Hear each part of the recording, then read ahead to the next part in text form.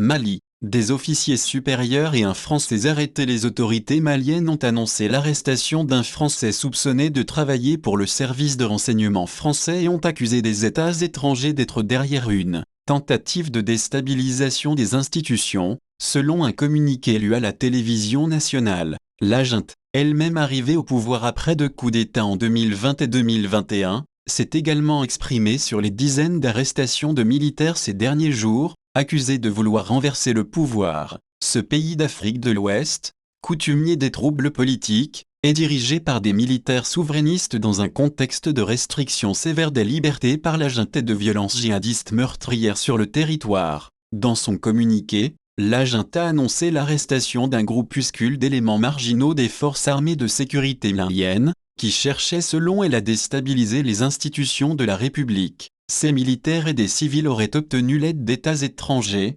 accuse le gouvernement malien. Un ressortissant français a été arrêté, soupçonné de travailler pour le compte des services de renseignement français. Selon la junte malienne par ailleurs, au moins 55 militaires auraient été arrêtés. Selon des sources sécuritaires consultées par l'AFP, les enquêtes judiciaires se poursuivent pour identifier d'éventuels complices, indique le gouvernement. La junte a confirmé l'arrestation de 2 généraux, Abbas Dembélé et Nema Sagara. Le général Abbas Dembélé est une figure très respectée au sein de l'armée. Cet ancien gouverneur de la région de Mopti, Centre, a récemment été démis de cette fonction par la junte. Les arrestations ont été menées principalement au sein de la Garde nationale, un corps de l'armée malienne, a appris l'AFP de sources sécuritaires. C'est notoirement le corps d'origine du ministre de la Défense, le général Sadio Camara, une des principales figures de la junte. Plusieurs observateurs ont relevé que certaines des personnes arrêtées par les autorités sont des proches de M. Camara,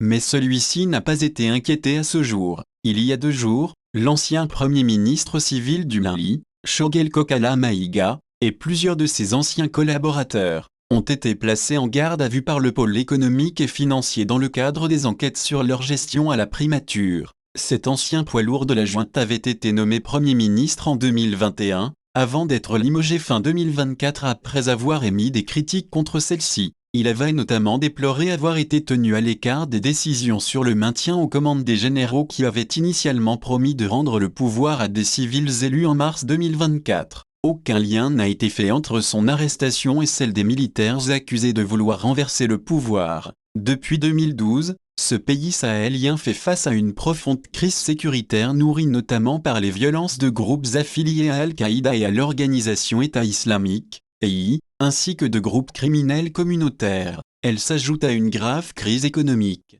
La junte, dirigée par le président Assimi Goïta, s'est détournée des partenaires occidentaux, notamment l'ancien colonisateur français, pour se tourner politiquement et militairement vers la Russie. L'armée malienne et ses alliés, les mercenaires russes d'Africa Corps, chargés notamment de traquer les djihadistes, sont régulièrement accusés de commettre des exactions contre des civils.